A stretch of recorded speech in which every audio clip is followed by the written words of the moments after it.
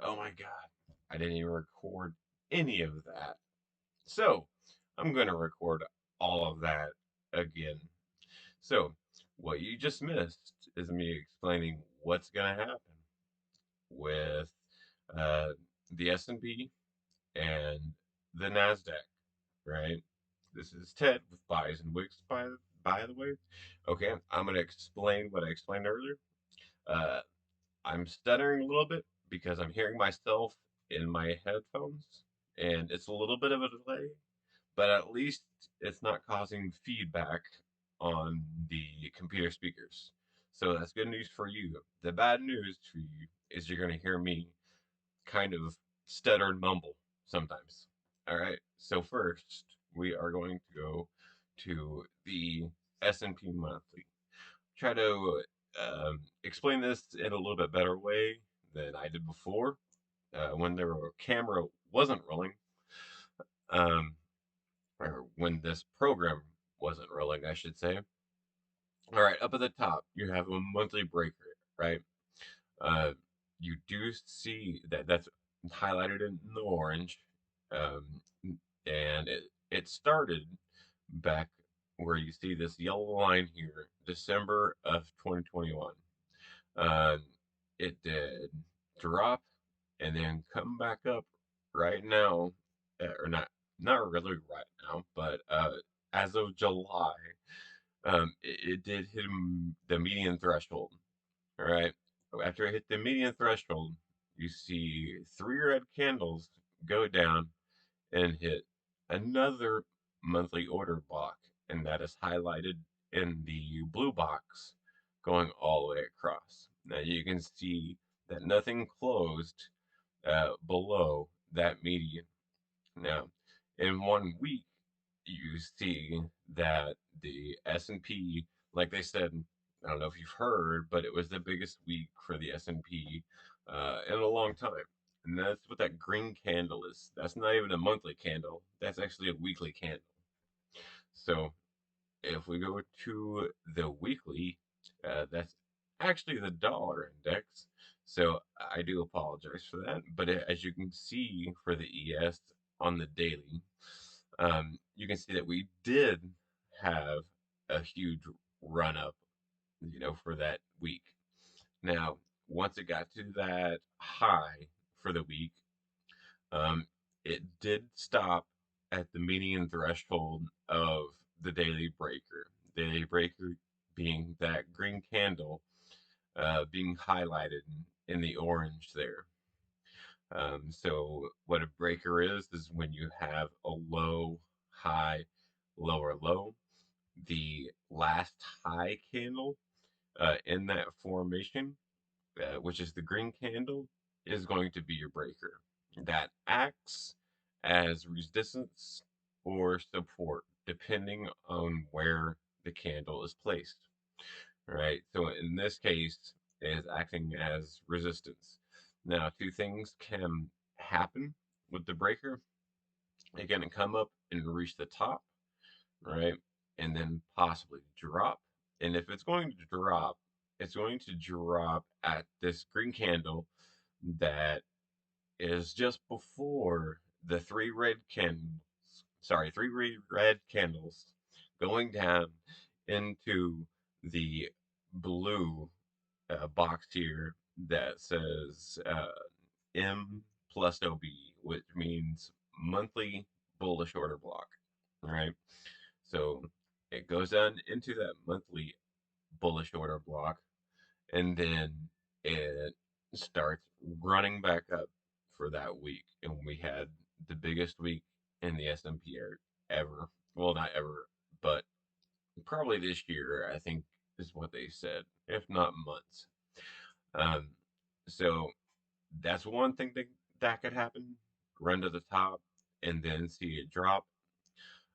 Or since it's actually at the median threshold already, it could go to the bottom and then run to the top and then drop again, or it could just continue dropping. I'm not for sure. I'm not Nostradamus. I don't know.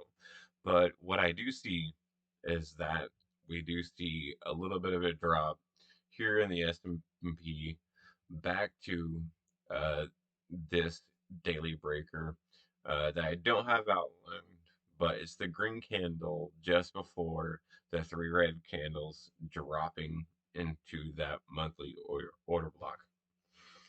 All right, now we are going to go to Nasdaq.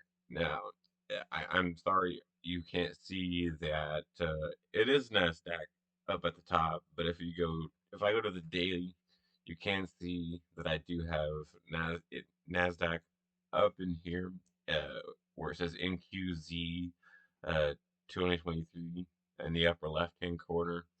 That designates that we are on the current Nasdaq contract. So back to the monthly. Here you can see that we did have a monthly fair value gap designated into gold in the middle of the screen, going all the way across, and then in October, no, I think that would, no, yeah, it was October. October, the bottom of it, I should say, reached the consequential encroachment, which means the halfway point of that monthly fair value gap. After that, it bounced up, and then this past week, you can see that green candle going all the way up. That is in the month of November. That is another huge run. So it coming down, hitting that consequential encroachment. That word's actually a tongue tire anyway. Um, that bouncing off that is actually quite normal. Sometimes it likes to fill the fair value gap, but in an area that big, consequential encroachment, sorry, um, is quite perfectly normal. If we go to the week, um, you can see that last week was the week that it touched it, and actually not last week, 2 weeks ago was the week that it touched that that consequential encroachment, and then this past week is when we had the run up into the uh, weekly fair value gap, the weekly SIBI, right here in the red. Um, SIBI is sell side imbalance, buy side inefficiency. Um, so you can see that there is in between the red candle, probably around September, uh, just before September 18th. The week of September 18th was the week that caused the fair value gap. And then the following week um, is where that fair value gap comes from. All that in it is an imbalance, right? So what price likes to do is it will usually try to complete that imbalance by closing it, uh, you going both directions, right? So this big spike, um, that is usually what we call a liquidity run. Anybody going long, it would take those people out. So as it's going up, a lot of people would put in their buy orders, and then it runs up really quick and then jumps back to take out retail buyers, right? So it didn't close, outside or yeah, outside or above, I should say, uh, that weekly SIBI. Instead, it did do a pullback, right, all the way down to the consequential encroachment of the monthly fair value gap, and now we have a run up to the uh, actually the consequential encroachment of the weekly fair value gap. So what's happening on the daily because of that? So you can see this past week on the Nasdaq ran up really quick. Now again, uh, just as I was saying for the S&P, I expect something similar, either to fill the fair value gap, close it, pull back, and close it again. And then there's a rare possibility that it could run up, but considering that we do have two daily fair value gaps below, uh, they should be within discount territory for the institutional buyers, right? That's where those daily fair value gaps usually are. Uh, and then it will pull back down into those fair value gaps, complete filling them both ways, right? Closing below or at the bottom of the second fair value gap, which would be in between the green candle and the last red candle, down red candle, uh, before this week's all green candles. So if you see it, you come down and close at that, then you should see a run up. Or if you come down, touch the median or the consequential encroachment, which is the middle line, which is a turquoise line, uh, and then start running up. And again, both of those should be at the discount price of um, the current wave, or if you're to place Fibonacci. And where you'd place your Fibonacci would be at your last low before breaking the high on that run, which would actually be at the third green candle, um, in the after the red candle, right? After the last red candle before moving up, you'd put your Fibonacci there at the bottom of the um, green candle and move that up. Why would you put it there? Well, because you do see the run up and then you see the wick down at the bottom, meaning it made it pull back. So that would be your last low before making that run up, okay, above and closing above that small short-term high and breaking that structure. So, oops, I just moved it around. I do apologize for that.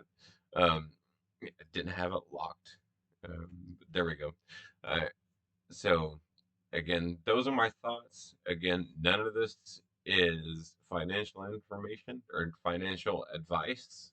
Um, this is just my opinion on what could possibly happen in the market this week. All right. And what I'm doing right now to trade these is by going to Apex Trader Funding. All right. I will include a link in the bottom of the description. Basically, what you do is you have a simulated account, and uh, after you make so much on the simulated account, then you can actually move on to a funded account, which means you're spending other people's money and you're not spending yours, starting at $25,000 all the way up to $300,000. So, um, yeah, and right now they're doing a 90% off sale, so you only spend about $15 for your first month and about $37 for your month thereafter. That's if you take the 25K account. Um, every account above that is going to cost a little bit more, but it's up to you to do your research. Do research. Hello, these headphone things and me hearing myself is not fun. But yeah, do your own research and see which one is best for you. I've had people buy 7 accounts of the same one. Uh, so or myself. I'll just put it out there. I bought 2 accounts at 25K, just for the fun of it. So, um, yeah, I'll include that link in the description below. Um, that way you can trade these futures, and you can also trade the micro accounts. So if you don't feel comfortable trading the actual, ES, you can do the MES, which is actually at like $1.25 a contract versus $6.25 a contract, which would mean every 25 cents on the ES, instead of either making or losing $6.25, you'd only make or lose $1.25, right?